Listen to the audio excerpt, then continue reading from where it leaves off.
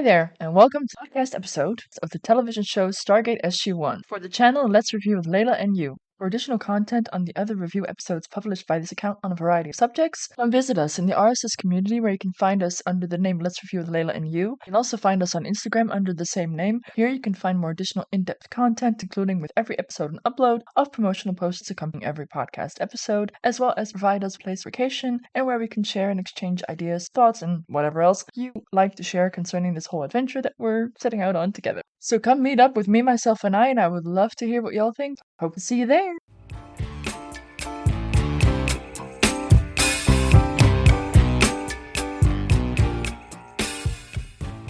Well, alright then, let's begin. First off, let's start with some facts about the television show Stargate SG-1. The source consulted for this episode today is stargate.fandom.com/wiki, a comprehensive site that details a lot of information about the entire Stargate franchise. The whole premise of the Stargate franchise began with the feature film Stargate that I have reviewed as well. For that, see my channel. The movie was released theatrically in 1994, but 3 years later, Brad Wright and Jonathan Glasner created the television entitled Stargate SG-1. We continue to follow the characters we met in Stargate the movie, Dr. Daniel Jackson and Colonel Jonathan Jack O'Neill. The pilot, called Children of the Gods, originally aired on July 27, 1997. Funnily enough, the final episode of the series, named Unending, aired 9 years and 11 months later. In 2008, the movies Stargate The Ark of Truth and the movie Stargate Continuum were released direct to DVD. In the movie Stargate The Ark of Truth, they continued wrapping up the storyline that they've been working on for the past few years when the TV show ended, and Stargate Continuum is a standalone movie with the cast of Stargate SG-1. And we will eventually get to those, but before we get there, we still get to review 214 episodes of Stargate SG-1, not to mention, at some point, we're going to be adding Stargate Atlantis episodes as well, seeing that TV show aired at the start of season 7, if I remember correctly. So then, we will alternate between an SG-1 episode review and a Stargate Atlantis episode, seeing that the storylines cross over here and then every now and again. If after all of that, we're still here, I will also be reviewing 2 seasons of Stargate Universe, resulting in us reviewing 354 episodes in 3 movies pertaining to the Stargate franchise. Now, if that don't embody the saying, go big or go home, I don't know what does. What can I say? I'm an overachiever at heart. It's hard to believe that the pilot episode aired 26 years ago, July 27th, 1997. It was written by Jonathan Glasner and Brad Wright and directed by Mario Azzopardi. A little fun fact to kick us off, Stargate SG-1 briefly held the record for the longest-running North American science fiction show in history, with a total of 10 seasons and 214 episodes. As a follow-up fun fact, the record for longest-running sci-fi/fantasy television series in the United States is now Supernatural, one of my favorite, if not my favorite television show ever. Also changed my life immensely, and I hope one day we'll get to that. After Supernatural ended in 2020, after a 15-year run, and I couldn't let go, I started spitballing the idea of creating a podcast reviewing things that I love, starting with Supernatural, a show that I've watched for pretty much my entire adult life. Right now, there's a podcast done by 2 of the cast called Then and Now, members Rob Benedict and Richard Spade Jr. I mean, who can better make a podcast about a television show than the cast? They're not the main characters, but they had a good solid 10 years on and off, so who better to make a cast about a show than the one you were actually in that you helped direct? During the pandemic, I listened to Rob Benedict's other podcast channels, and they're hilarious together. I absolutely recommend. I think Rob and Rich got it covered for now. I decided to bench that idea. However, that idea actually snowballed into creating this podcast. I just can't help but love Supernatural. It really, truly is the gift that keeps on giving. So I decided to focus my attentions elsewhere, on something else that I truly love, that I feel is highly underrated, and thus I arrived at Stargate. Right here, right now, all about Stargate SG-1. What I love about the Stargate franchise is that it's placed in the present day. As a result, the technology seen in the television series greatly resembles the technology we had on Earth mid-90s. At the start of every episode, maybe even every single episode, I don't know, you always see the MGM lion roaring. Therefore, I inherently now associate that lion with Stargate, because I think I may have seen that 214 times, at least. Okie dokie. Pilot episode, Children of the Gods. Quick catch up. 1 year previously, Colonel Jack O'Neill led a team through the Stargate to the planet after killing an alien residing in the body of a boy taken from Egypt 3000 BC with glowing eyes, calling himself Ra after the ancient Egyptian sun god, bringing aboard of his ship a nuclear warhead. As it left the planet, O'Neill returned to Earth with 2 survivors of his team, leaving behind Dr. Daniel Jackson. as we learned pretty early on, is that Colonel O'Neill hasn't been exactly truthful about what happened on the planet formerly without a name, but in this television show they have dubbed it Abydos, which again links it to its ancient Egyptian roots, like it. However, apparently O'Neill got back through the Stargate after Daniel figured out how to dial the gate again, and they told Stargate Command that they used the nuke, blew up the gate, blew up the very bad alien with glowing eyes, and that the only survivors were Colonel Jack O'Neill, Kowalski, and Ferretti, thus alluding that Daniel Jackson also died on Abydos. However, as we know, yes, they did kill Ra, the nuclear bomb, but Ra was up in his spaceship above the planet, and Daniel decided to stay behind to live happily ever after with his wife, Sha're, formerly known as Shaori, and her brother, Skara, and her father, Hasuf, whom I don't think we actually learned was named Hasuf, did we? Oh, I already forgot. Oy. But those characters will be back. Spoiler! Discover Stargate Command has shut down. Everything is covered in sheets. There's just a skeleton crew holding down the fort while they're step by step emptying the base of all personnel and equipment. This is where we pick up. We enter the scene with camera beautifully tilting down from above in the embarkation room towards where the group of airmen are playing a game of poker. Of the 5 airmen, one of them is a woman. And yes, I'm going to be nitpicking a little right now. However, it does cross my mind that there are 4 men, 1 woman, and it's the woman that seems to have a certain spidey sense she can't seem to shake, and her colleagues just refuse to take her seriously. Did they intentionally write this? The only woman in the room, and this is the role that they gave her? And how would I feel if this particular role was formed by a man? My first instinct usually then is then they would take him more seriously, or at least not a given, but as a woman with all the gaslighting and the mansplaining out there, it's valid, right? Am I the only one whose mind goes there after such scene? I really want to know. Anywho, moving on. As she's walking up the ramp, all of a sudden the ground starts rumbling and are now taking her seriously. As it starts spinning, the sheet covering the gate blows off, beautifully done, and the chevrons all light up. Again, beautifully done. Anticipation is killing me. Just as they're about to call for help, the gate connects. You see the big whoosh, and still, after all these years, every time I see that thing, I don't even know how to describe it, but I still love that sound, that image, just all of it. They now do seem to understand that this is an attack of sorts, and they start to hand out guns. What I kind of now like is that it's the woman that starts to investigate as she slowly, tentatively walks up the ramp. The girl's got balls. On the other hand, it elicits in me the thought of, oh honey, no. Like on the one hand, it's the redeeming quality of them not taking her seriously 5 seconds ago. On the other hand, I'm like, this is dumb. I mean, they have no clue what to expect. Clearly, they were not informed of what the gate was, does, can do, could do. I mean, at least take cover? Or just, stand near the exit that you can at least assess, is this a defendable position? It don't seem smart. Again, both arguments I think can be made. On the one hand, the girl is the Spidey Sense superhero with the balls in the room. On the other hand, oh hun, where's your survival instinct?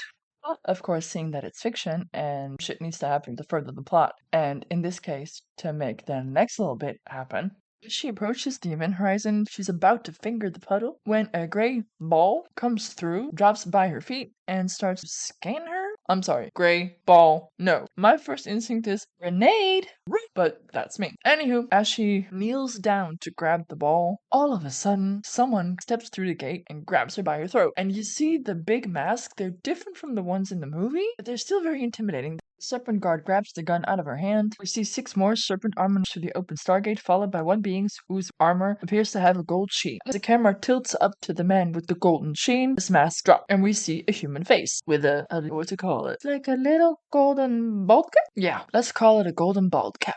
With a distorted voice, he angrily says, Jaffa, Ri. The camera tilts over to the man holding the woman, and now his mask drops, and we see a beautiful bald black man with a golden emblem on his forehead. While the camera is still on him, we hear the distorted voice sing, Teal'c, Kree. Thus we learn that this beautiful black man is presumably called Teal'c.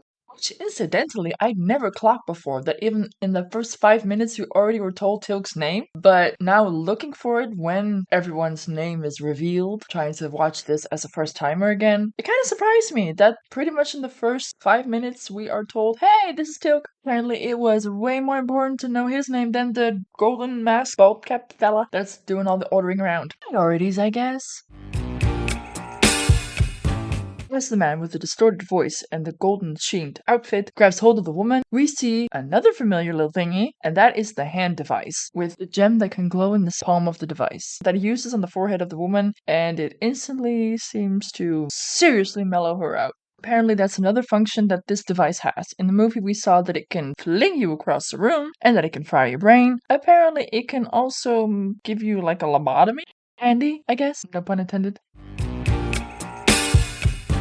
Hammond seemed to have decided, okay, this dude is bad news, let's start firing. As we quickly learn, and quite importantly, the serpent armor appears to be bulletproof, as we see the bullets just bouncing right off. A huge gun battle erupts, where the serpent armored guards seem to have a huge advantage, so the poorly equipped airmen, even though they seem to be able to kill at least 2 serpent guards, it isn't long before the 4 airmen are all killed, though one guard manages to get a call for reinforcements out before he too is struck down. As the camera tilts over all the dead airmen, we hear an alarm going off, and we see more armed men getting mobilized and running towards presumably, the embarkation room.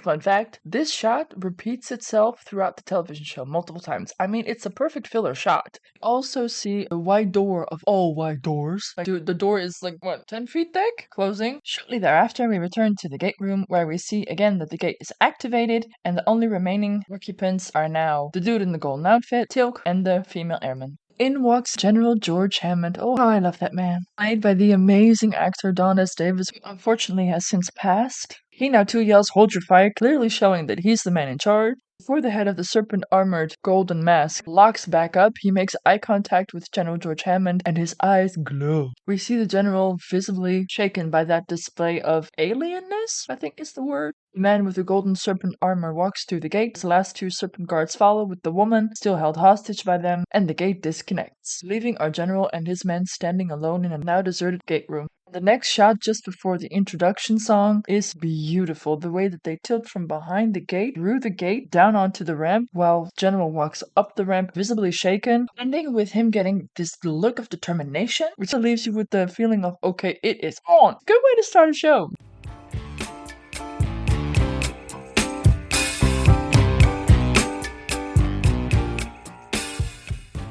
We see the beautiful mask close, like way up close. You can't even see that it's a mask, but when you know, you know. And we see the name in all caps of Richard Dean Anderson. And as a millennial, for so long I associated that name with MacGyver. I don't know if anyone listening to this is from that age or a little older, or if you're younger. Richard Dean Anderson was synonymous to MacGyver. The dude can do anything and everything and build anything out of everything. Basically became a verb, like to MacGyver something, as in to create something out of seemingly inconsequential random objects. I know that they rebooted the television show. Like, I've tried to watch an episode, but I didn't get the vibe that I got from the MacGyver television show. Richard Dean Anderson. I saw Richard Dean Anderson at a Comic-Con convention. He said that they approached him, but that he didn't have any interest in being an active participant or part of the revival. And I don't know if it's I've had my MacGyver day, or just that the reboot idea just didn't sit well with him, and I can't fault him because I too know I've tried a little. I mean, Richard Dean Anderson is my MacGyver, and I like Hawaii Five-0, I really do, but MacGyver and Magnum PI, I'm sorry people, the originals were better. If something is good, don't reboot it. The original show was successful and has a very strong following still. When you revive the idea, the franchise, or reboot a show, you got to come out swinging, honey. If you don't, the fans of the OG shows will not thank you for it. And like I said, multi shows that they've rebooted, I did not like, and I try because it's more of what you love. Yay!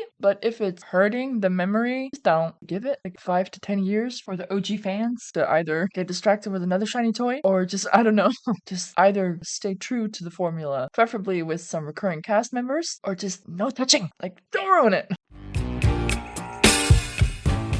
And I think I quite possibly jinxed it, because as I'm recording this, I learned that they are gonna make a new Stargate movie and possibly even revive the television shows. Or reboot it, not revive it. I mean, if only. I would love to see SG-1 back in the saddle. Although that also has its own dangers, as in Gilmore Girls did a revival. And it was nice and lovely, you know, to see all the familiar faces, but then I hated what they did to the Luke and Lorelai storyline. And I really did not like, and according to reports, that's exactly what the writer always envisioned Rory's story to become, but that Rory would walk the exact same life path as her mother. That she would just do a copy-paste? No. I'd hope to see that Rory actually became better, stronger for it, and got her happily ever after. I mean, that's why we watch those rom-com television series, right? To see people learn and grow and break generational traumatic cycles. And I mean, growing up with the father that she had, father like Christopher, I'd call that traumatic for any girl. I think that's what got me most. My whole shtick in life is that you learn, grow, and develop as a person and break generational patterns. So yeah, calling me disappointed.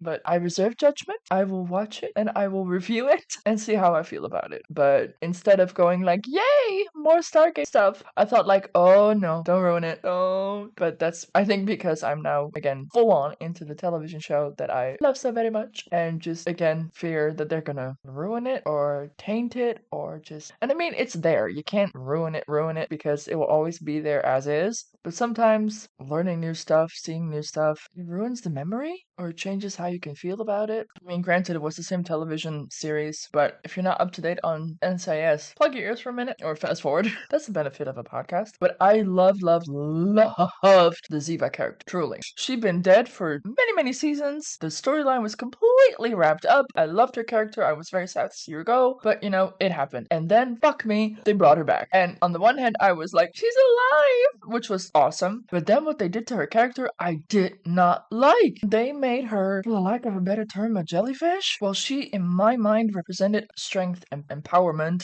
a strong, powerful woman. And then they brought her back and they made her mentally unstable. I mean, she had gone through some shit before and she always came out stronger for it. And her and Gibbs, the relationship that they had, I thought was a disservice. How they addressed that now, just, it broke my heart. It made me stop watching the television series that I, up until then, had watched for 17 years. They reintroduced such a beloved character in such a way that it, in my opinion, did a tremendous disservice to what they spent years building. A female character that was strong, powerful. She had gone through some horrible crap, but she came out stronger in the end. She seemed to get her happily fucking ever after, seemingly finding peace in who she is, what happened to her, how her life had turned out. She finally chose her own path.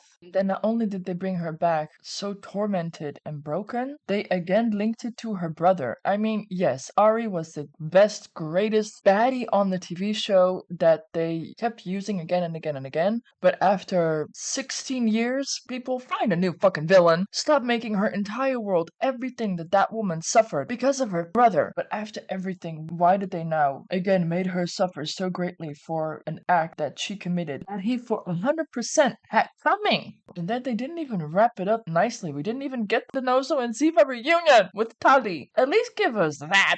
Apologies. That was my brain fart train derailment about revivals and reboots. You're welcome. I'm just for now gonna choose to ignore it. So as you can clearly tell, this is the reason why I didn't start out with NCIS. Though it's a show I love greatly, they lost me after this crap hole of a plot. Stargate I love from beginning to end. So that's why we started here. Let's get back to that. Apologies, truly.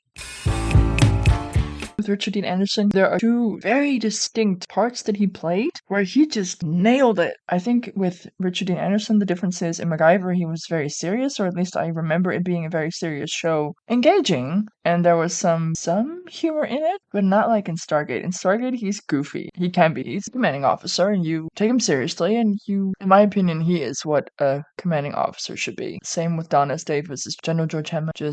I know it's a television show, it's fiction, but the humanity that they bring to the character, the moral compass that sometimes overrides their orders. That is what I love about this show, even though it's brought to us from a military perspective, from the Air Force, a place run on hierarchy and order and rules. The humanity that they bring, I found inspiring.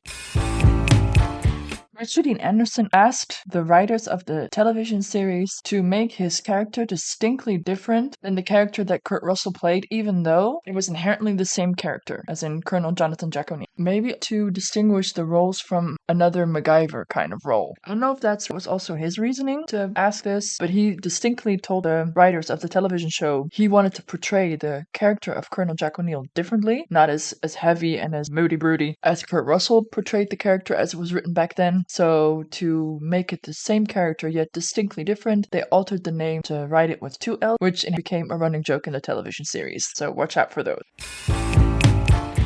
I mean, why wouldn't you want to preserve the character? It was a beautifully laid out character. As I mentioned in my previous podcast about the Stargate movie, just in a few minutes, they gave us so much background, so much depth to the characters of Daniel Jackson and Jack O'Neill. And yes, I agree, they fully deserve additional 10 seasons and 3 movies and more. Let's pace ourselves. This is still the first episode, and I think we're even in the first 5 minutes of a 2-hour episode, so let's get going. For those in the know, notice font is distinctly different from the movies. And if you want to know the significance of that, I refer you to my podcast of Stargate the movie. There was a whole exposition, educational, but lordy, the intense emotions that people can have about a font. And yet, after I delved into the reasoning, I get it. What can I say? Papyrus font elicits strong emotions in people. I mean, it's even got its own SNL skit. Go watch it. It's on YouTube. It's hilarious. It's with Ryan Gosling.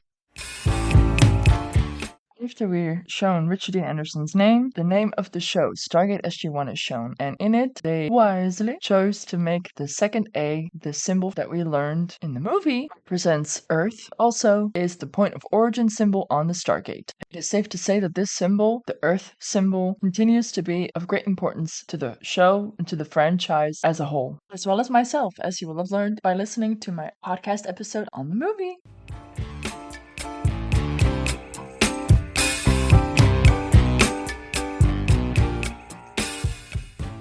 Episode picks up with the car arriving at Jack O'Neill's house, and apparently he's not inside, he is on the roof. We see a Major Samuels going to talk to Colonel Jack O'Neill. We see Jack looking through a telescope, and he mentions to the Major that he should get himself reassigned to NASA because that's where all the action is going to be, which technically could be considered naughty, as in, hello, confidential, you know shit, I get that, but up until that point, he didn't know that Major Samuels worked for Stargate Command.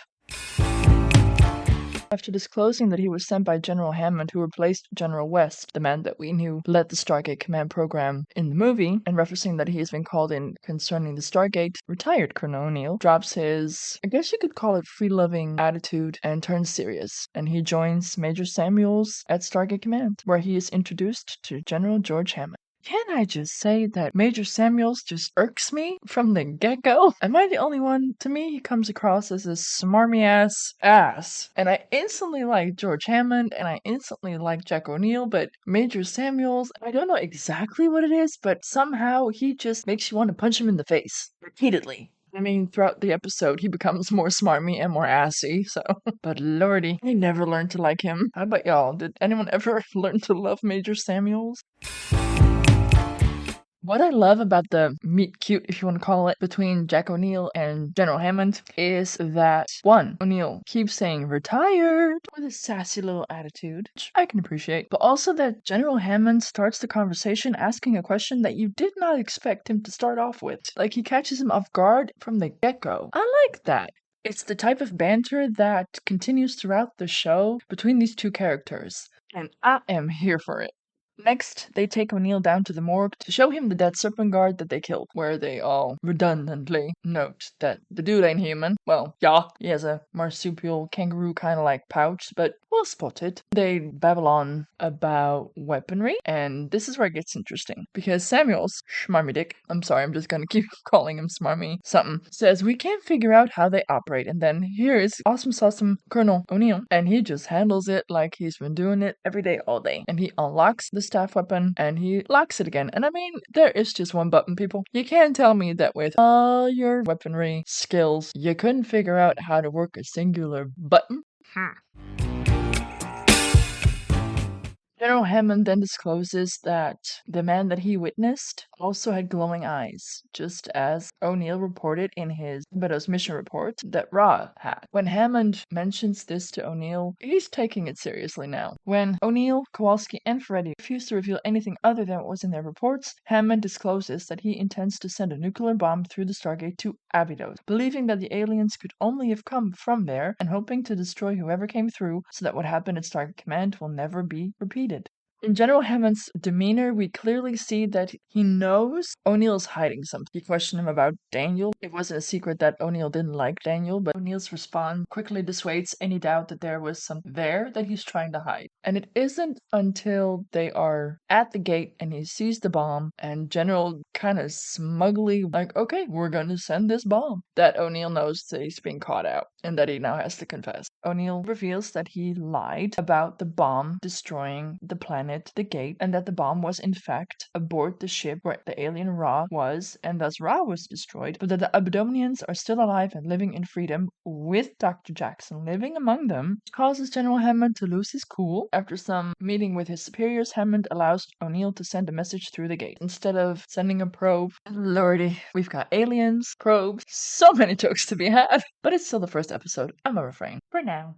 O'Neill quickly notes that they don't need any big probe shipped in from somewhere or other. He'll just send a tissue box, explaining that when Daniel Jackson receives it, he knows that it came from Jack O'Neill and not some other smarmy, schmuckety force personnel that believes that Daniel is presumably dead and the Abydonians are dead, so not to respond, but in doing so, O'Neill now signals to Daniel, yoo-hoo, we need to talk. Smarmy ass notes, but what if the aliens get it? Like, all seriousness. And then O'Neill says, well, then they're blowing their noses right now. It's the little thing, and I love it.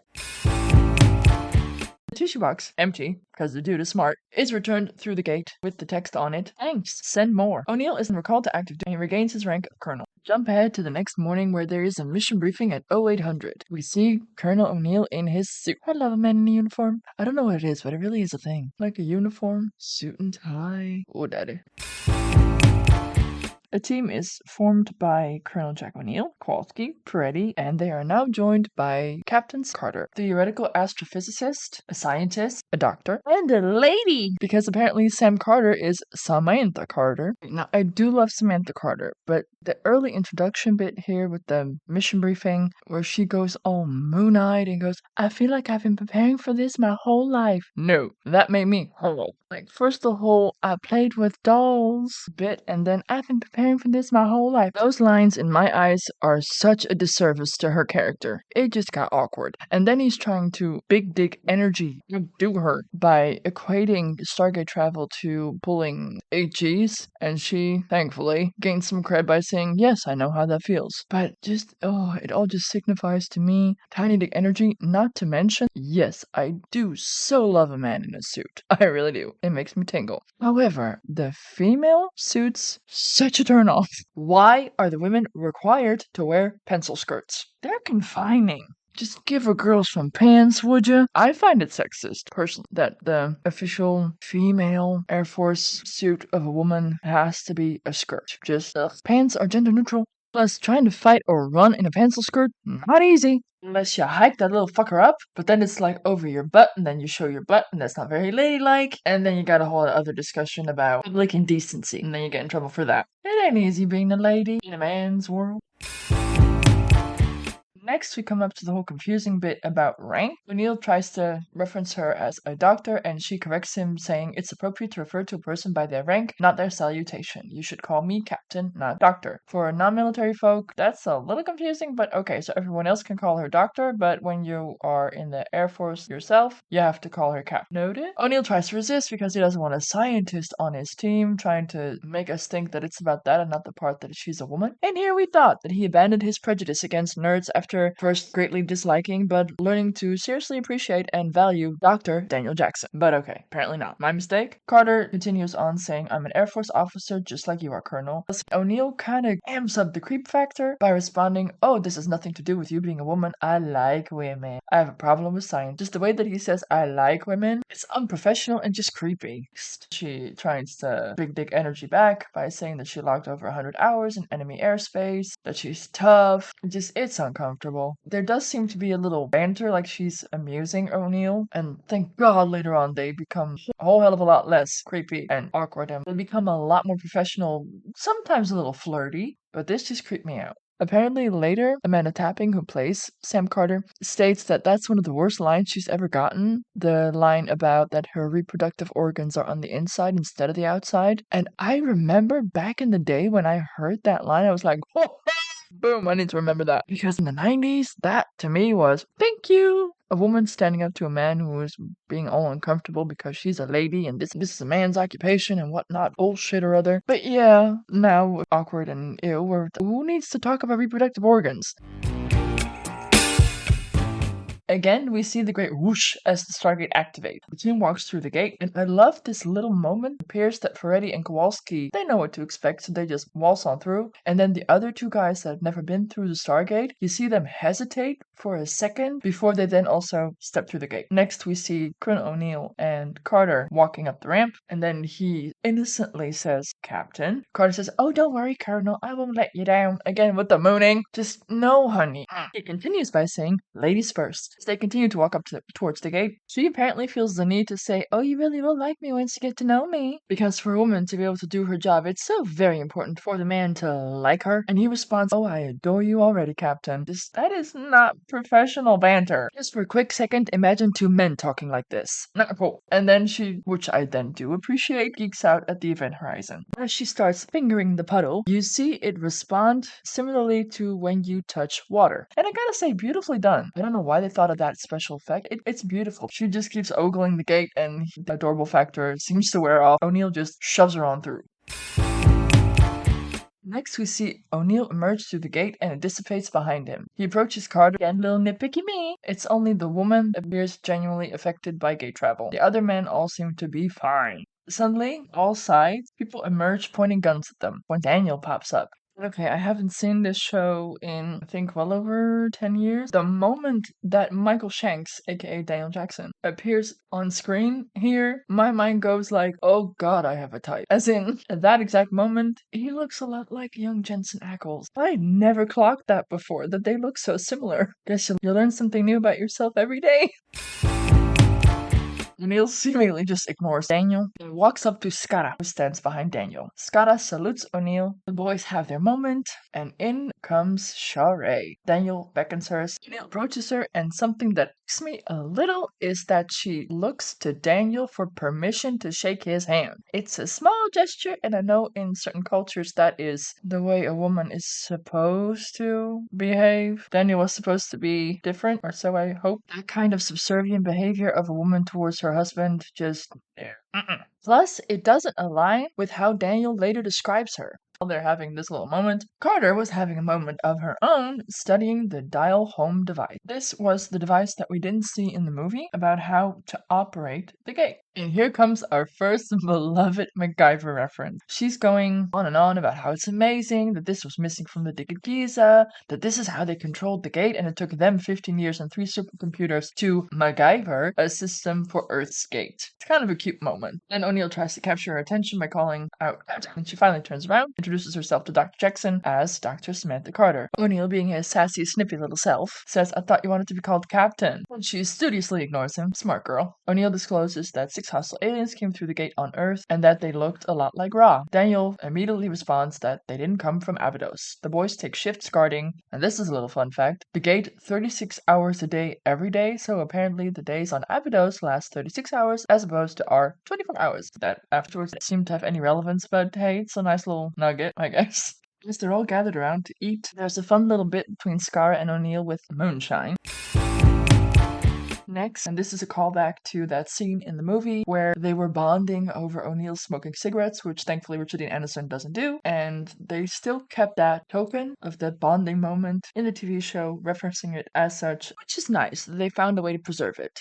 Next, we learn that Daniel discovered that the Stargate doesn't just go from Earth to Abydos, but that it go to a multitude of places. As Daniel, he says goodbye to Sha're, saying that he's going to show them something. And this kind of strikes me as odd. Before, she was very demure, very shy, and now she just grabs a hold of his face and sucks it off. Like, that is some serious PDA right there. Which, it's adorable because it stuns Daniel into complete silence. Clearly, Big Boy needs a minute for the blood to go back to his upstairs brain.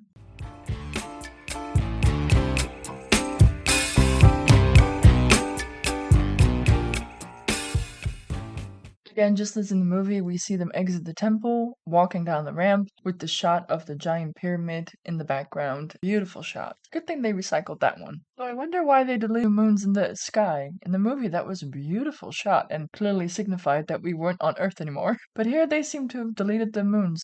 Shame. Daniel leads O'Neill, Kowalski, and Carter to a large cavernous room that has innumerable hieroglyphs on the wall. Walking in, they make it funny by making Daniel say, "Captain Duck, you're gonna love this," stating that Daniel, too, is confused with the whole rank title naming thing. Daniel reveals that he believes that the walls are actually a map of coordinates of a vast network of stargates across the Milky Way. Though both he and Samantha Carter have to admit that they've tried hundreds of permutations, the only successful established wormhole between two planets has been between Abydos and Earth. Carter instantly has a Dr. Jackson crush, just like the rest of us. She starts to ramble on in some astrophysics language, saying the expanding universe, stellar drift, their coordinates indeed could have changed, explaining that the gate between Abydos and Earth probably works because it's the closest planet in the network to Earth. This remark could be seen as quite ironic, seeing that in the movie, they claimed that Abydos was on the other side of the known universe. Not even galaxy, universe. So now we're stating the exact opposite, that the reason the gate connected between Earth and Abydos is actually, relatively, they are the closest in a network of possible 1,000 stargates throughout our galaxy, let alone the universe. Incidentally, this does allow us to make multiple TV shows, an entire franchise, about visiting all these planets and galaxies in the universe. So, roll with it. Meanwhile, the camera pans to Kowalski and O'Neill exchanging dumbfounded looks like, what are we doing here? With all the nerd speak, which, again, is adorable. Carter explains any civilization advanced enough to build a gate network will be able to compensate for 50,000 years of stellar drift. O'Neill finally seems to realize that, yes, indeed, the Stargate can go to other places. That could mean the alien could have come from which then all of a sudden becomes a very scary thought. But O'Neill and the others are gone, everyone continues celebrating with Ferretti remarking to one soldier that they've got to give Daniel credit because Sha're is one beautiful woman. That just skeeves me out, that remark. Like, do we have to have a scene where the men remark behind his back even on how hot Daniel's wife is? On one hand, I get it, because guys do talk about that kind of crap. I mean, we all do, but does it really need to be in a TV show like that? Lusting after someone else's wife. Isn't there a thing in the Bible that says don't? For me, it just reiterates that women are considered a piece of meat to ogle at. And again, that's nitpicking, I get it. And yet, as a woman, seeing how often we get bombarded with such references, images, behavior, both fictional and reality, just don't feel pleasant, appropriate, or whatever you want to call it. Yes, she's a beautiful woman. I too see that, but just Suddenly, the gate activates. Similar to Earth, Serpent Guards walk through and start firing immediately, hitting a few Abydonians. Quickly, the Serpent Guards have the upper hand. Both Skara and Sha're are captured by none other than Teal'c. Teal'c asks Skara, "This is not your weapon. Where did you get it?" And bless Skara, the boy's got some spirit. He spits in Teal'c's face. Teal'c then brings him to his master, who lowers his helmet. He responds with, "Good choice, Teal'c. Perfect specimen," thus indicating probably that they intend to use Skara as a host. Next, they bring him Sha're. He studies her face, checking out her teeth, if she really is piece of meat, saying she might be the one. The one what? We don't know yet. He knocks her out with the hand device. A guard starts to dial the Stargate. Ferretti, though injured and barely conscious, watches for the gate. They leave through the gate with Sha're and Skara. A funny bit there. Just before they start walking through the gate, you see that the actor playing Skara still has his head up and then all of a sudden just flops back. Presumably they yelled action and he forgot that he was supposed to be unconscious. Daniel and the team returns, they quickly learn that Skara and Sha're were taken by what they think is Ra. A boy named Bola tells them that they took them through the Chapa'ai. This is the first time that we hear the presumably ancient Egyptian phrase for the Stargate being Chapa'ai. O'Neill, forever on the ball, says to Daniel, "The only way we're going to get him back is for you to come home with us. Ferretti may have seen the coordinate." Daniel realizes O'Neill's right and that he has to return home. That's the only true chance he has of ever seeing his wife again. He gestures for the Abydonians to gather around. He tells them, "After we go through the Chapa'ai, you have to bury it like we did before, and then leave." One of the boys asks him, "Will you come back?" Daniel says he can't, nobody, not for a long time, and states nothing good can ever come to Gate. And that's when my heart gets a little twinge, when the Abydonian boy responds, "But you came through, Daniel." I mean, oh, I'm invested here, people. It's still the pilot episode of a TV show, but I'm already so invested. Daniel tells him in 1 year from this day, which I mean, it's gonna be a little awkward. Like, how do you there calculate a year? Because we just learned that a day on Abydos is 36 hours and we have 24 hours. But then how long does your planet take to make a loop-de-loop around the sun and thus constitute a year? But let's just go with the fact that Daniel knows and that the measurement of a year is something that they all agree upon. A year? He says in 1 year he will try to bring Sha're home with him. If he doesn't make it back, then they must bury the gate. His voice breaks and they all gather around to hug him, to say goodbye, touching his head. I mean, oh, that scene moved me. Oddly enough, I mean, I've seen it dozens of times throughout the years, decades, but still, that scene moved me. Like, he made such a difference in their lives. They were enslaved to Ra for millennia, and them coming through the gate, liberating them from Ra, so beautiful. Back on Earth at embarkation room, gate room, the SEA team returns from Abydos, bringing with them the injured members of their respective teams who survived the attack on Abydos. After they've all seemingly come through the gate, Major Samuels yells into a walkie-talkie, "Close the iris." Next, we see that there's a giant metal-like contraption that seems to come from within the gate and closes over the wormhole, like a shield. O'Neill learns that they've got an iris now to shield them from any unwelcome surprise. That little fucker better be open when you come through, otherwise you're gonna flat against the iris, like a bug on a windshield. He gives Hammond the news that the Abydonian settlement was attacked by the same group that attacked Stargate Command and that Daniel's wife and brother-in-law were both kidnapped. Daniel requests to be on the team that goes after Sha're and Skara, but General Hammond is not a fan. Angrily responds, "You are in no position to make demands, Jackson." And for General Hammond, that is snippy. He is not a happy camper. And for a change, someone is not an instant fan of Daniel Jackson. Next, we appear to see where Teal'c and fellow Serpent Guard's master have taken Sha're and Skara. Teal'c and some other Serpent Guards enter a room full of people seemingly from all different kinds of places, including Sha're and Skara. Teal'c points out that Sha're is to be taken, despite her protests saying, "I'm not afraid of you." Again, strong woman. Back on Earth, Jack invites Daniel to come home with him. At Jack's house, the guys drink a beer and they talk. Daniel wonders when he's Jack's wife. Jack tells him probably never, seeing that after he came home from Abydos the first time, she'd already left. Jack continues on explaining that he thinks in her heart she forgave him, but she just couldn't forget. Daniel asks, "What about you?" and replies, "I'm the opposite. I'll never forgive myself, but sometimes I can forget." So it beautifully shows how grief can be processed. The responsibility you feel for what happens can greatly shape how you experience and process your grief. For those not in the know, just before the Abydonian mission, O'Neill's only son accidentally shot and killed himself with a gun, presumably Jack's gun. Next, we catch up with a harem full of women where we see the airman that was abducted by Teal'c and his master at the beginning of the episode. She's all decked out in a Roman wardrobe-esque gown, I think you could call it. We also see that Sha're is being held here. And throughout this episode, there are cultural influences from all around the globe. I don't know if that was intended to either show off their skills or to make it less monotone. At the same time, it comes across as a little messy, seeing that the whole shtick was ancient Egyptian culture and it was so heavily represented with Ra, and now this dude, who is yet to be named. But now the harem leans a little more towards Roman culture than Egyptian. And later on, you see that more and more. Different cultures. I never noticed it as much as I this time around, but hey, now I'm looking for things to comment on. But this time around, for the first time, it felt messy, as in pick a lane. But luckily, it's just the start of a beautiful friendship. This television show had some gifted people working. I mean, the costume designer, the location manager, the makeup artist, the hairdressers, production designer, the set designers, props designer, photography, posers, visual effects artists. They had skill.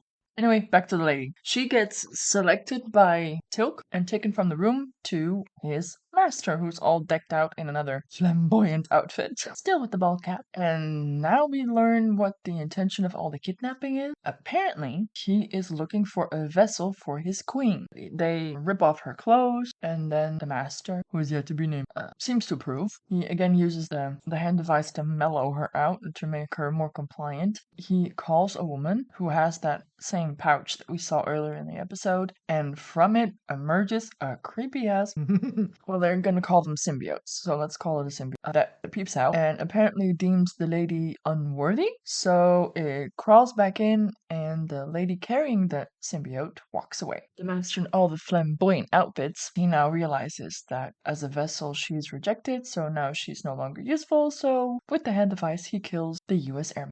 Throughout the proceedings, we keep seeing Teal'c playing a prominent role in kidnapping, selecting what woman to present to his master, and also in this scene, camera often shows Teal'c's reaction. And though there's not a lot of expression there, it does appear to affect him, what's happening.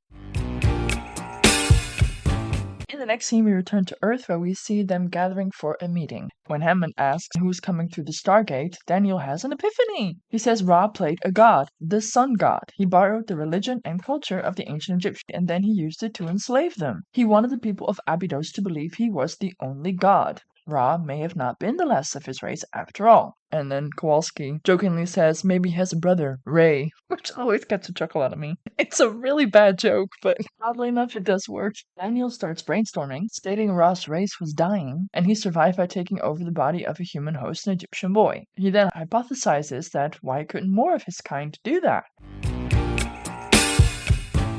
Captain Carter reveals that they're feeding the revised coordinates found on the star map on Abydos into the targeting computer, estimating that it will calculate and spit out 2 or 3 destinations a month, thus basically giving them a little timetable where every month they can go to 1 or 2 different planets to explore. The President of the United States has ordered the formation of 9 teams. O'Neill will be leading a team designated SG-1. Major Kowalski will lead SG-2, and the team's duties will be to perform reconnaissance, determine threats, and if possible, make peaceful contact with the people of those worlds. These teams will operate on a covert, top-secret basis. No one will know of their existence except the President and the Joint Chief, thus making the whole plausible deniability thing plausible, as in it's happening, but shh, it's top secret, no one knows.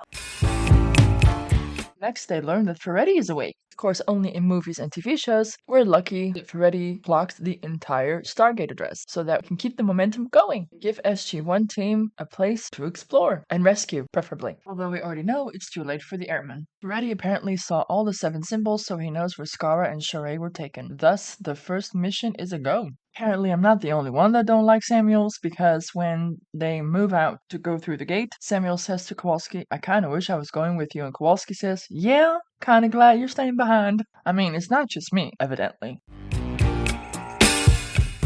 Do not forget that Daniel is a geek. The moment that they arrive on the planet, he sneezes and asks, does anyone have a Kleenex? Yes, we get it. Daniel Jackson is a nerd. Plus, can anyone say product placement?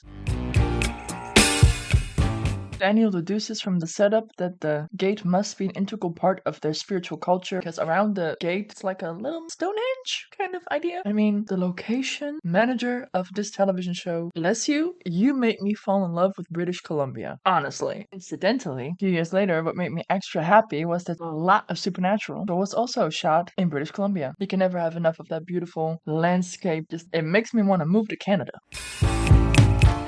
And we have a little misogyny where Carter reports back to O'Neill, and O'Neill asks, sound about right, Kowalski? Why does another man have to judge a woman's work? Not cool. Luckily, they themselves seem to realize this as Sam gives him a bitch face. I wonder if that bitch face was scripted. We turn to the harem where all the women are being held, and Teal'c now chooses Sha're, clearly signifying that the team needs to hurry the fuck up if they want to save her. Next, we see Sha're being brought before the man with the flamboyant outfit. And she is a fighter. I mean, she bites one of the guards. You go, girl. They rip off her clothes, and apparently it matters via which medium you are watching this. I myself am watching it on DVD because I got the DVD, so I get full frontal, but apparently that was a little more than the act was bargained for. I'm very sorry to hear that. So on streaming services, they zoomed in a little more where you don't see the lady full front. Having millions upon millions for all eternity. See you like that. You deserve the right to at any point in time say, you know what, I want to make it a little less full frontal. You know, this was filmed in 1997. That was before the whole internet sensation madness took off. So yeah, filming this back then must have been a lot more innocent and a lot less haunting than filming stuff like this now. People judge that bullshit. I know a lot of shaming goes on now with the whole David statue. People are so uptight trying to control other people's body because it's always that. It's never anything to do with your own body. No, it's always you want to control other people's bodies and what they do with it. They have started to level the playing field. Men have started to bear all as well, which in its own right, I can appreciate. I mean, yeah. With women, it's assumed, I always felt. I mean, I'm not opposed, not in the slightest. Oh, Lord have mercy. Dutch movies, it kind of became a trademark that a movie wasn't a truly Dutch movie if there wasn't a full frontal titty scene or whatever. And it got to the point where I got more annoyed by it than found it in any way, shape, or form appealing or a turn on because it served absolutely no purpose to the entire storyline. It was just, we're Dutch, we are apparently kinds of people that are very free loving or nudists at heart or something, and just show off nudity like that, but with the whole patriarchal, toxic masculinity always viewing and treating women as a piece of meat, and that has been perpetuated for many, many years. And then into addition came the whole increased exposure to porn and Andrew Tates of the world quickly escalated. And maybe me thinking this, and especially me recording this and putting this out there, be seen as inappropriate. What can I say? I'm a therapist. I'm used to talking about all the uncomfortable crap, able to talk about anything and everything. What are the job description? Quite comfortable to talk about stuff like that. Probably more than your average Joe. I mean, after treating addiction, sex addiction, porn addiction, you kind of get used to talking about all of the things. I mean, we therapists are there for you to have the uncomfortable conversations with, to be able to share without worrying how we may view you or that we may judge you, because that is not part of our job description. If anything, it's the opposite. We are here not to judge. It requires you to have a certain mindset. I am the kind of person that likes to break barriers, and I actually like talking about all the taboo things to make them no longer taboo, because a lot of misconceptions, assumptions that make asses of a lot of people can be such a waste of time and quite damaging, actually. Plus, I'm a firm believer sharing is caring, and part of recovery, be it for an addiction or anything else, sharing is healing. It's finding your voice, it's owning your voice, it's claiming your story. So, yeah, I'm all about let's talk about it. All of it. All the uncomfortable, awkward, taboo, dirty, freaky, lovely, adorable, funny, hilarious, silly little things. As you may have noticed, my podcast channels and episodes, I tend to share a lot of myself. And yes, of course, as a therapist, you need to have a certain professionalism, and you don't just freely tell stuff about your own life during therapy sessions with your client. Where as a therapist, you are actually presumed not to share anything about your own private life. And if you do decide to share, that there is a very specific reason and goal that you have in mind. To make that judgment, you have to use your professional assessment. Here, my take on it is, I'm not here as your therapist. I'm here as Layla, who just happens to work as a therapist. I'm here as a whole person, not just my role as a therapist. So basically, getting a lot of free therapeutic intervention techniques explained and educational tidbits shared. Overall, I'm trying to create a safe space to share, where I'm opening the door, setting the stage, so to speak. Plus, I'm on here with only my first name and not my last name. And I even considered using, a nom de plume, or whatever you call it. At the same time, I'm like, no. I am spilling my guts, basically asking others to do the same. So, yeah, authentic self, here we go. I'm making it up as I go, people. There are exceptions to every rule, always, to paint you a whole picture of how it would look like if you would share something as a therapist with your client, when adding personal experience can actually help your client. For that, you have to make a professional assessment, what the reason is that you share this information with the client, and make damn sure there is no chance of projection or anything that could be considered a threat to your position as a therapist. Or, of course, is damaging to the client. Hopefully that what you're sharing has a clear goal. I mean, I had a client once that got bullied by kids his own age. School even shamed him for it, for having presumably ADHD. And he felt shunned and rejected, and that he was stupid, and just he felt really bad about it. And he claimed he didn't know anyone that had ADHD or ADD. So I said, would you be surprised if I told you that I have ADD? And he was very surprised. His mom told me he kept reminding himself that, even Layla has it. As it turned out, knowledge seemingly helped him, except that he quite possibly did have ADHD. But yeah, he was very surprised that someone like me could also have ADHD, because in his eyes, I was the very smart person that knew everything. So when he tried to explain something about Minecraft to me that I didn't yet know, know, he was all shocked that he could teach me something. That can happen, I teach you stuff, you teach me stuff, what we're doing here. And that blew his mind. In his mind, I was all knowing. Kids sometimes are adorable. And it can be the same when someone gets the diagnosis of dyslexia. A lot of people still associate dyslexia with, oh, then my kid must be stupid. Being able to then share that the greatest minds of the past century had dyslexia, had ADHD, were neurodivergent, that Albert Einstein had dyslexia. Leonardo da Vinci, arguably the greatest minds of the past century, were neurodivergent. And that changes the image that people have of a certain disorder. Unfortunately, just one person at a time, but hey, I try. The term disorder has such negative consonants to it. That's why I like the term neurodivergent. It just means that you differ. And difference is not really a bad thing. It's just different. Unfortunately, in our world, being different right now means that you get shunned, persecuted, banned, jailed, criminalized, vilified, assaulted, murdered. Therefore, with this trend that I'm seeing, that I greatly dislike, is that as soon as someone is labeled with a certain disorder, people can see you as inferior or treat you as less worthy, and that is just bullshit.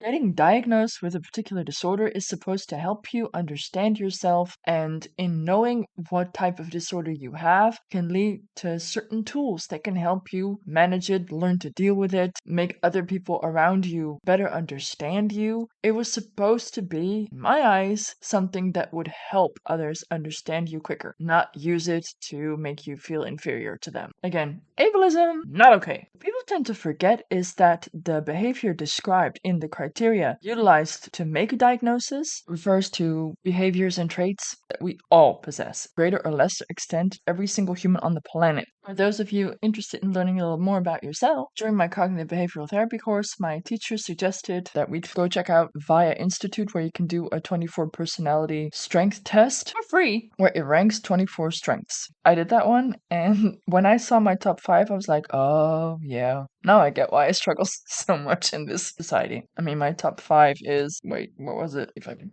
my top 5: honesty, fairness, appreciation of beauty and excellence, kindness, and love. Those don't tend to exactly be qualities that people rank all that high, seemingly today. This kind of snowballed into someone saying, oh, you should also take the 16 personality to see what kind of personality type you are.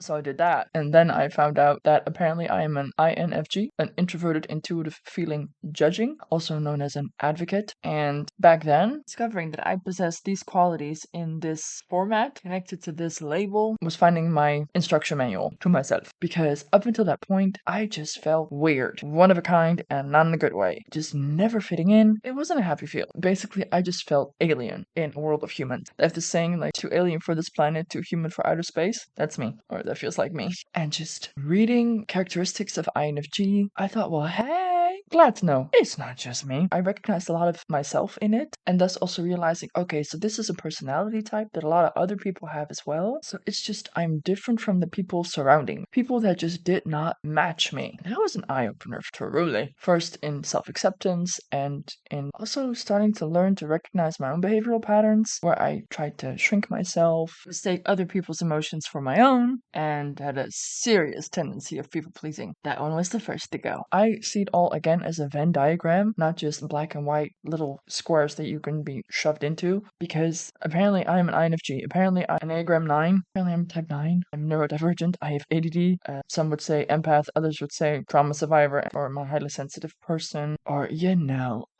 Personally, whatever diagnosis or label helps you understand yourself better, God bless, all for it, win-win. But oftentimes what I see is that people weaponize diagnoses. That's why I usually, if I recognize certain characteristics, I don't instantly say, I want to test you. I always weigh the pros and cons of assessing someone through diagnostic tools to give them a diagnosis. Highlighting that you show certain characteristics associated with a certain diagnosis, and thus I can provide you with the tools that help you, and that's enough for you, that's fine by me. Only if I think that getting an actual diagnosis either opens doors for you that otherwise wouldn't, will I push for you to get the actual diagnosis. My firm belief is that getting a diagnosis is supposed to help you, and when people want to weaponize it, I'm a little apprehensive of trying to diagnose people, because you have people that use it as a shield, people that use it against you, especially with ADHD, autism, dyslexia. I often see it weaponized to exclude, and even by teachers, to give kids such a negative self-image, self-worth. I did my thesis on it actually. The impact of having a diagnosis on a kid's self-esteem, and that it significantly impacts how they're viewed, how they're treated. It impacts truancy. There's significant more chance for dropping out. Our school system is not equipped to deal with kids that are neurodivergent, and if anything, it makes them feel like outcasts, like failures, and that shit breaks my heart. It's all necessary, all different walks of life, all different career paths. We need it all, and we have created a society where there's such a strict regimen in education, in career paths that are deemed worthy and ones that aren't, and that are a waste of time, that we do each other and ourselves a disservice. Everyone has their strengths, everyone has their know your weaknesses and capitalize on your strength. That is what we all should do, and promote that in others. Like, I've seen it. I think to some extent I experienced it. I actually was pretty good at school, but I also think that's because I put a lot of work into it, because mainly I was just told that my brain was the only thing I had going. Verbatim, actually told that my brain was the only thing going. So you can imagine the pressure I felt at succeeding academically. And I mean, in the end, I did succeed academically, and now I'm considering a complete career switch because this is just not working. It's killing. But that's a story for another time. Actually, even another podcast. I talk about more of that on my Let's Review 2023 episode. But here we are reviewing Stargate. Lord have mercy. I'm so sorry. This is kind of what you get. This is me, all different sides of me. It is all connected. Oh, that's a little manifest for you there. If you know, you know.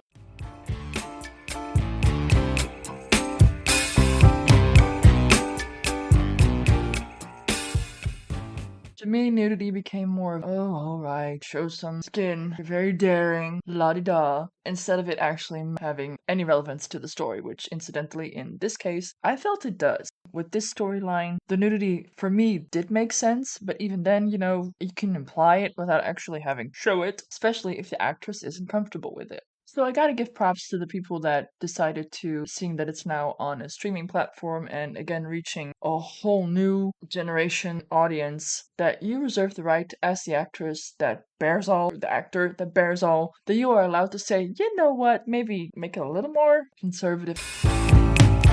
Here, it's all about a symbiote choosing its outer vessel for thousands of years to come. If you go back to Ra, who took a boy 2000 BC and was still 1990 something, walking around in that little meat suit. So yeah, I get that you want to check it out. So in this case, I got it. For the actress though, I can fully understand. I mean, you're already there being filmed surrounded by all sorts of peeps. Incidentally, also the soon-to-be bestie or new bestie of your soon-to-be baby daddy. Now knowing that Michael Shanks, who plays Daniel Jackson, and Vatiari Bandera, who plays Sha're, they met on the show, they fell in love, and they baby. And Michael Shanks and the actor that plays Teal'c, Christopher Judge, love that, became really close friends. So he was in the room there too. He saw her naked. And then we have the very inappropriate thought, I wonder who saw her naked first. Was it Chris or was it Michael? That's just, maybe for others, it's like, whoa, Layla, ew, inappropriate. For those people, I say, I'm sorry. Let me clarify. No, not pervy because it's a nude scene. I always wonder about that. So I always wonder what the timeline was. That's when I learned that actors that played together ended up dating each other in real life. I always wonder what came first. Like, did you fall in love first, or did you do those scenes and then fell in love? Or, like, is it a bleed through from your character to reality? And sometimes couples stay together. Some couples are still together after decades, so that's beautiful. I mean, one of the most infamous ones, I think, with The Notebook. Love that movie. I was stunned to hear that apparently at the beginning of filming, or during filming even, they couldn't stand each other. But then after the filming ended, or somewhere in between, they actually did fall in love and they did date for a while. But yeah, I always wonder about that. What came first, like the intimacy on screen or in real life, be it making out or, go full frontal? I mean, how awesome is it to have fun working and then meeting your partner that way? I can only imagine how that could be. Like the awkwardness if you have to play in love or a couple or be intimate together on screen before you're actually intimate together. I really wonder how you go about that, because in real life, you're actually feeling all those exciting, I really like you feelings. And at the same time, you have to stay professional. I do not know how they do that, truly. Especially with all actors that do nude scenes, right? Basically, anyone and everyone that saw that saw you naked. I mean, they got intimacy coordinators now. I don't know if they had that back then. I mean, I'm not shy, but get naked in front of an entire crew that you know film it. I mean, this was a pilot episode. They didn't know each other. Maybe that makes it better. I don't know.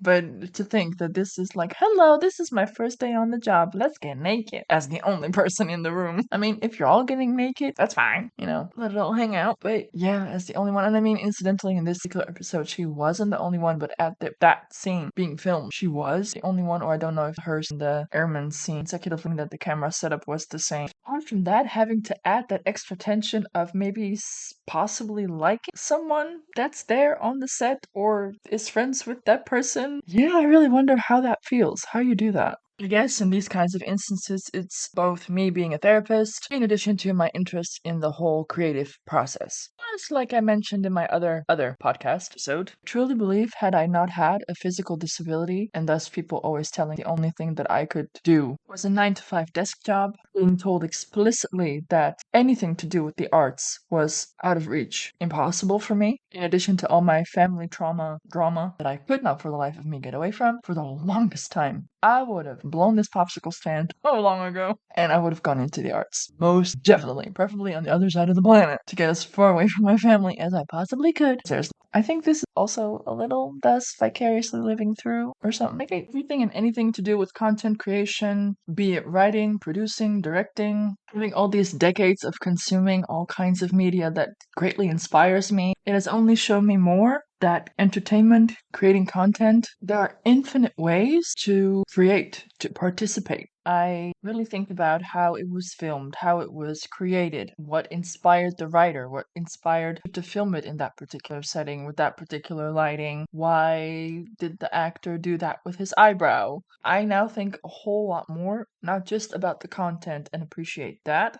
I also have grown to think about the whole process of making the content that I'm watching. All those things that result in so many people love live. For some people, it's maybe making a living, but for others, I mean, music, television, movie, literature too, of course. Let's just, collectively call it media, has shaped me. It has helped me feel less alone. It's helped me feel understood. It's helped me escape when I really needed an escape from my crazy ass wackadoodle life. But yeah, it was always there. For me, it was coming home. It was feeling safe. It was feeling seen. It was a way to an escape to a world, a universe that was a whole hell of a lot better than the one we were residing in. So I don't think it'd be exaggerated if I said it's what got me. Oh, that's a One Tree Hill reference. Your art matters. It's what got me here.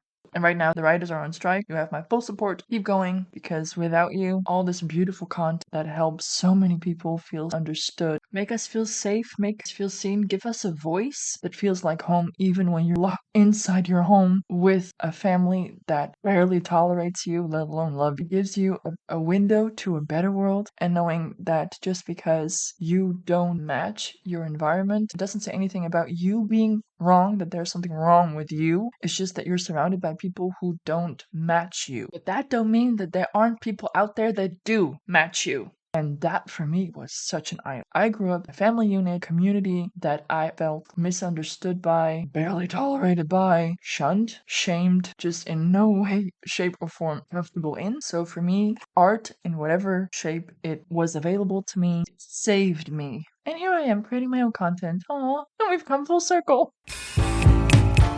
There I go again with my brain fart train derailment. Let's get back to the episode. Right, so Sha're is being taken to the dude in the flamboyant outfit, gets stripped. Next, he uses the hand device to incapacitate her, and they lay her down on the table. Again, the lady with the symbiote in the belly comes out, and fuckity fuck. The symbiote now does approve, and Sha're is chosen to be its vessel. And it's quite a scene to behold, the whole taking possession of. Gnarly. I mean, beautifully filmed, beautifully executed, beautifully acted, beautifully done, but just imagine yourself being her. Oi!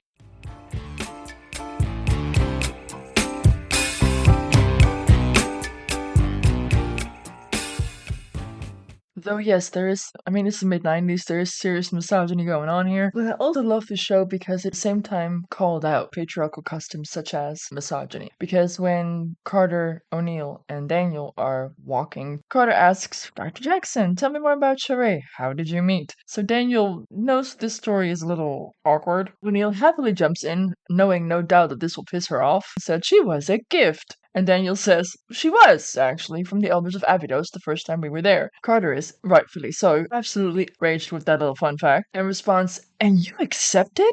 You know, that's those redeeming moments that I love about this show. Not afraid to call out the patriarchal, misogynistic customs that are just not of this age and are so toxic.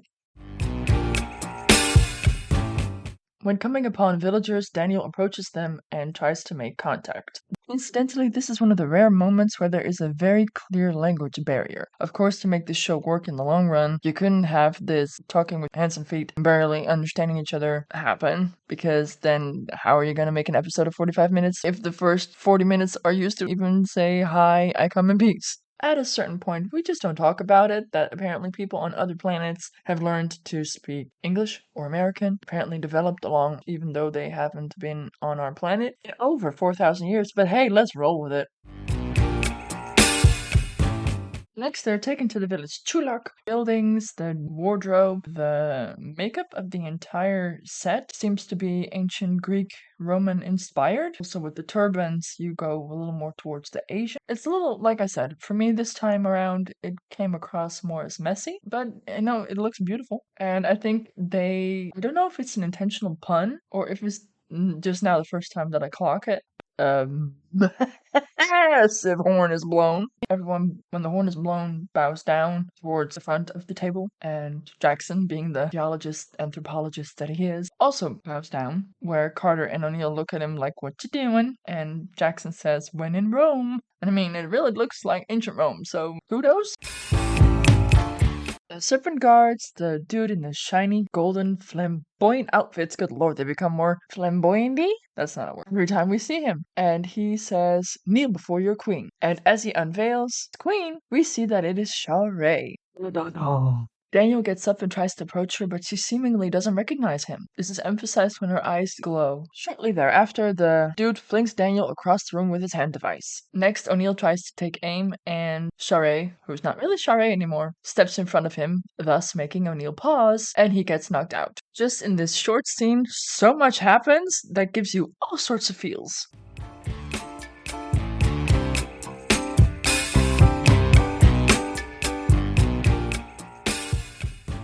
Daniel wakes up after seemingly being unconscious for hours, and they are now in the dungeon with Skara. It's a reunion. It's not only a reunion with Skara, it's also a reunion with Teal'c, who roughly grabs a hold of O'Neill's wrist, asking him what contraption that is on his arm, a watch. And this is where I didn't talk this before, and this is why we first hear the term Goa'uld, when Teal'c says that the watch is in Goa'uld technology. So this again expands the universe into the alien is a certain kind of race that takes possession of a human body, and their technology apparently is called Goa'uld. And we already kind of figured, we know they don't know, the pouchy people are called Jaffa, and that the Stargate apparently is called a Chap'ai. It's a very educational episode.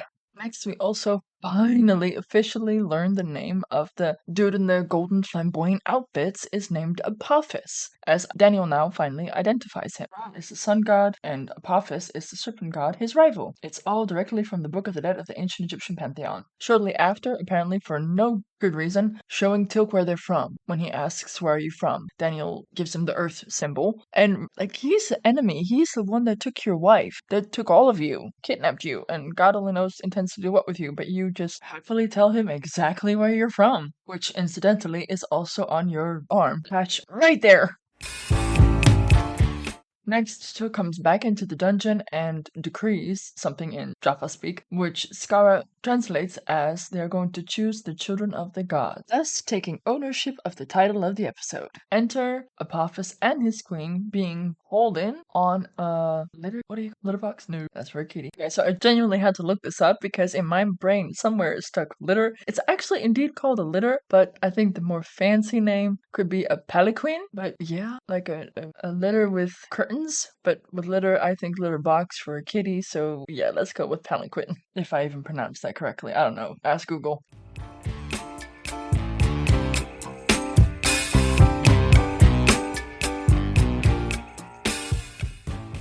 here we already see there's a little something something going on between O'Neill and Teal'c, because when Teal'c commands everyone to kneel before their masters, O'Neill refuses until he gets a little nod from Teal'c. Clearly, Skara also is not feeling subjugating himself once again to someone who claims to be a god. I mean, after your entire life for millennia, your society believing to be indentured slaves to, as you now have learned, false gods, and then a few years later having to do it again? Yeah, I feel him, but right now he has no other choice. So he too finally, clearly very unhappy, also kneels. Daniel is understandably upset seeing that Sha're is just watching this all happen and seemingly does not recognize him, to the point where Daniel becomes a little suicidal and grabs hold of one of the robe's masters to grab their attention and asks, like, what would I remember if you choose me? Something of the host must survive. In that instance, all shit hits the fan yet again when now they choose not Daniel, but Skara.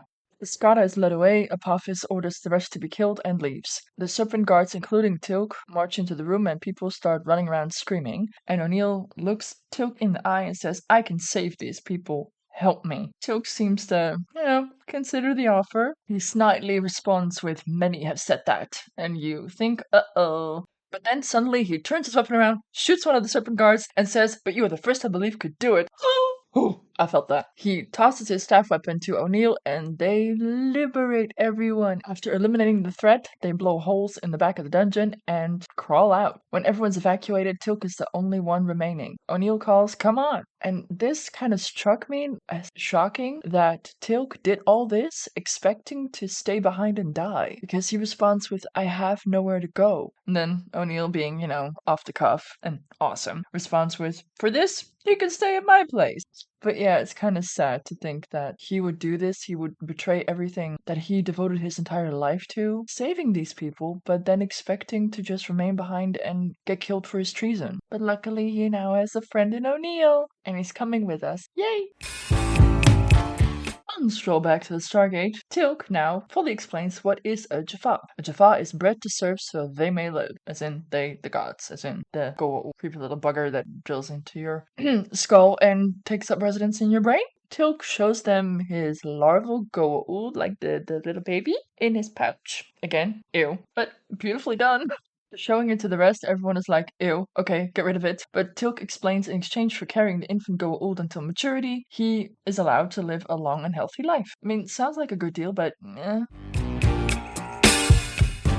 Next, we see Skara, accompanied by, well, now his friends, I guess, because you clearly see that that is not Skara anymore. Then also Apophis and his queen Sha're are beamed from a ship near the Stargate, and next the ship takes off, morphs a little, into now one of the ships that we saw previously in the movie, where we see, presumably, giant staff weapons come out of the wings, and it starts to go after our group of friends who are now meandering through the forest, trying to get to the gate. And again, beautifully shot, the flight of the, well, they're going to call it a glider, so I'm going to call it a glider, the spaceship, the tiny spaceship. And they start shooting at the people, and the explosions and the responses and the sounds, it really gets you, it really draws you in.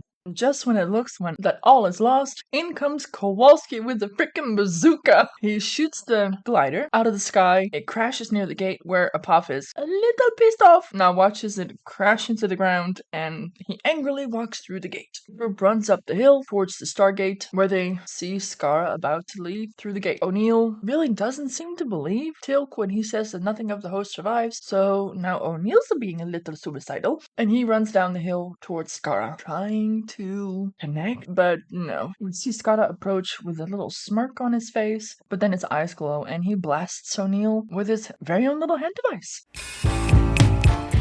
On planet Earth, Schmuckety Samuels informs General Hammond that the deadline has been reached and they, according to protocol, are now supposed to lock out the transmitter codes and seal up the iris. But you see that Hammond is not really feeling it, so he's delaying, and luckily so, because just at that point, a wormhole is established, but not before SG-2 members are up on a hill looking for hostiles, spotting them, and they're up on a hill and they stand up. I mean, are you trying to make yourself a very visible target? Don't make no sense, but hey, whatever. After the battalion of Jaffa exits the trees and comes within firing range, I suppose, they start shooting at each other while Daniel is apparently having some difficulty. Like, didn't he figure this out before what the gate coordinates were to go back home? But okay, take your time, no pressure. Eventually, wormhole is established, code is sent, and thus the iris open. We see a Neanderthal ogre kind of fella seemingly kill a Jaffa with his bare hands. Okay. And the Jaffa drops next to Kowalski, and we see the larva go old. Jump into Kowalski's neck. Oh. Teal'c comes through the gate to Earth. He willingly hands over his weapon to Captain Carter. You clearly see that the people in the gate room are like, what's this now? Because as they remember him being the invader that kidnapped one of their airmen. Understandably, they're a little concerned. Finally, O'Neill, Kowalski, and Casey get through the gate. So the iris closes and you hear all these little thuds. Apparently that's all the Jaffa coming through the gate, but not actually making it. Kind of fun that they add the effect of like thuds. Like you really envision them coming through the wormhole and then slap on the iris. I wonder if every time after the wormhole closes, they need to like clean the iris with all the splatter like you do a windshield. Does it have wipers? Something that's never answered. I mean, makes you think. Clearly, the Welcome Home Committee does not particularly want to embrace Teal'c, but O'Neill says he saved our lives, and if you accept my recommendation, sir, he will join SG-1. Okay? Aim high, I guess. Sure. Sir Hammond says that tomorrow we're going to be debriefing. We see a little foreshadowing shot of SG-1 standing in front of the gate. Captain Carter, Daniel Jackson, Colonel Jack O'Neill, and Teal'c. The newly, presumably formed SG-1 walks off the ramp and leaves the gate room, seemingly leaving Kowalski as the singular person left in the entire room. Now we clearly saw a larval goa'uld jump up into the neck of Kowalski, yet he seemingly is still Kowalski apart from maybe a killer headache. Okay. We see him walking down the ramp, and just when you maybe he's okay. His eyes glow. And that is the end of the first episode. I mean, hello. That is how you do it, people. I mean, this show seemingly has it all. There is humor, nudity, attractive half-naked men and women, little culture, and top that off with explosions and a bazooka. What more could a person possibly want? That is how you engage your audience and make them want to come back for more. I know I do. How about you?